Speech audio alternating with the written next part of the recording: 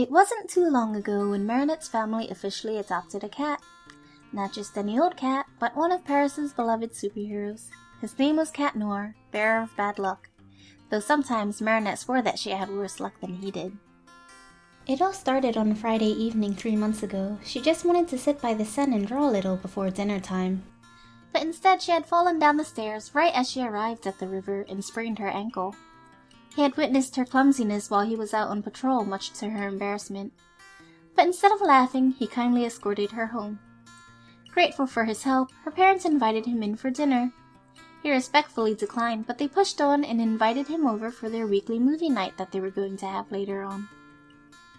It was only supposed to be a one-time thing, but to her dismay, he and her parents very much enjoyed each other's company that they invited him over again the next week, and the week after that, and the week after that. It seemed that Cat had found solace within the dupain-cheng household and enjoyed spending his Friday nights there. Feed a cat once and it keeps coming back, right? She should have expected it. It was clear by his 4th night there that he had a less than ideal home life. The way his ears drooped when Tom and Sabine retired for the night, and the look of disappointment in his eyes when it also meant that he had to leave, had the family feeling sorry for him. So they took pity on him and told him that he could stay a little longer, as long as he didn't worry his guardians. But only after a particularly painful and embarrassing reminder that the two don't conduct in any indecent activity. Marichat apologized after the incident and offhandedly complained about her parents, only to feel guilty immediately afterwards. She felt terrible for complaining about her own when his didn't even spare him a glance. She apologized for her thoughtlessness and only felt worse when he smiled and told her not to worry about it. Seeing her increasingly dour mood, he frowned. Really, I'm fine. I mean, my situation sucks, but it's not your fault. If anything, having you has made my life a whole lot brighter. He smiled reassuringly. Her face flushed from his words and he quickly amended them. And your parents too. Your parents are awesome. You're all awesome. Marichat stifled her laughter, picked up the remote beside her, and continued the movie. She admired his ability to stay positive. Whenever she needed pep talks, as Marichat or as Ladybug, he was always there for her. Whether it was about Chloe or troubles with her designs, he listened to her every problem and sought to cheer her up. Turned out having a cat was good for her anxiety. Before she knew it, it had already been 6 months since he started showing up. Her ears started picking up any mention of Cat Noir, or Fridays even, so it was only natural for her to listen in when she overheard Kim inviting Adrian over for a gaming session at Max's that Friday. She watched him decline, rubbing the back of his neck, undoubtedly feeling bad about turning them down. He explained that his Fridays were off limits. When questioned whether it was because of work, he just shook his head and smiled, saying that he spent his Fridays with his family. Odd, she thought. Of all the information she gathered about him, she knew that his father was rather distant and didn't really have the time to spend with him.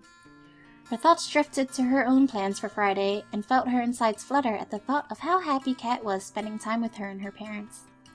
She pulled herself out of her reverie when she felt a pair of eyes resting on her. Kim was gone, and Adrian was gazing at her. He smiled and waved before mouthing, "See you tomorrow." "See you tomorrow," she waved back with warm cheeks. Wait. She had a sudden revelation and rushed home. She flew up into her room, huffing and wheezing, and looked up at all the images of Adrian that adorned her walls. A warm sense of comfort filled her as her eyes traced the contours of his face. When exactly did Cat start making her feel the same way? She cried out dramatically as she gripped the sides of her head and plopped down onto her chase. Seeing her distress, Tiki asked if she was okay, but the girl simply curled up and fell back with a heavy sigh. Either Adrian and Cat were the same person, or she now had feelings for 2 boys. She wasn't lucky enough for it to be the former option. Later that night, she rolled herself up into a blanket and sat on her balcony with a mug of hot chocolate, wondering if Cat would come and chase her troubles away like he usually did. It was wishful thinking. But just as she got comfortable and pulled out her phone to play a game, he appeared. "Okay, you must be stalking me. How do you always know when I'm not having a good day?" she mused as she passed him a mug of hot chocolate that she made just in case. "It's obvious, Princess. I am your loyal knight. If my princess is down, then I shall surely be by her side to pick her up," he said grandly. "Thanks, Cat." Marichat let out a small laugh before staring down at the mug in her hands. Cat took a sip of his drink as he waited for her to reveal what was on her mind. "Have you ever been in love?" he choked. Marinette flew up and gently patted his back as he coughed. He set his mug down on the small table and cleared his throat before straightening himself and raising an eyebrow at her. I assume this is pertaining to you and you're not actually interested in my romantic endeavors? That's not true, she flinched at the thought that maybe she was starting to come off as a little selfish to him. She made a mental note to ask him about himself later, but for now... Oh, so you are interested in my love life, he grinned and waggled his eyebrows at her. Cat, she frowned exasperatedly. He laughed and apologized.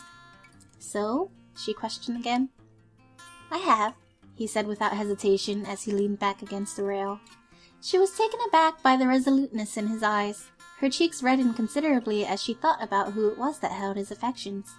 There was no way he was going to understand her issue. He was fiercely loyal to Ladybug, nothing like her who held affections for two boys.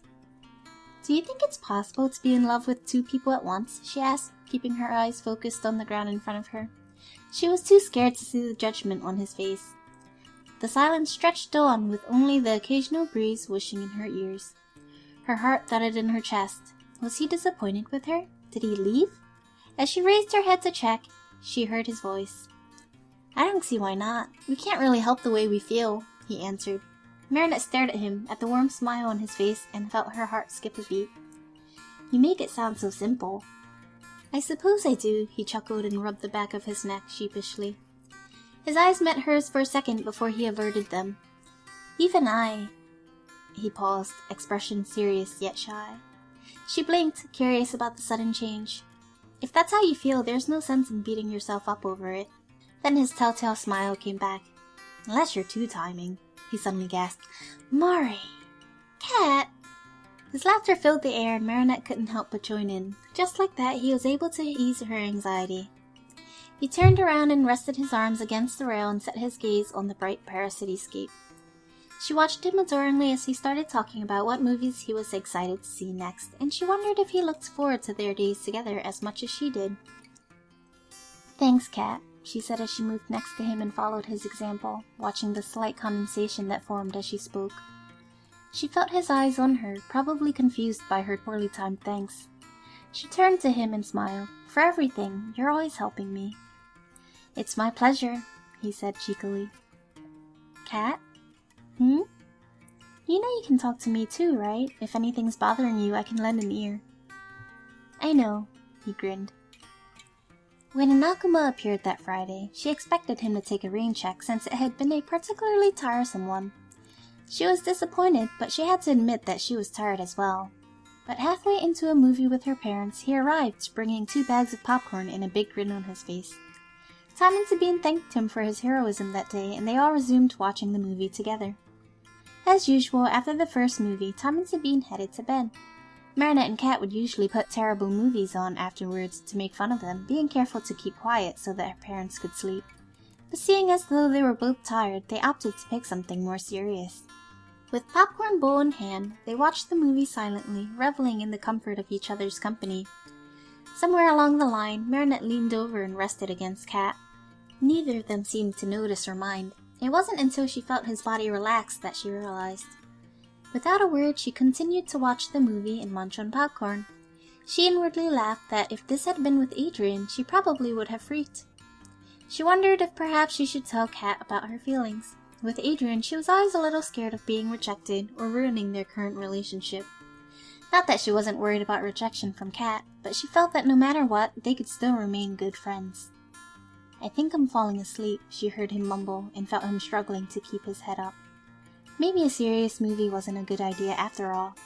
But she had the sudden thought that maybe it was a good chance to reveal her feelings. He was tired and probably wouldn't notice, and she'd be able to get it off of her chest. I think I'm falling in love with you, she said. She felt his head against hers and thought that he finally fell asleep. But only seconds later, his body stiffened up and he straightened himself.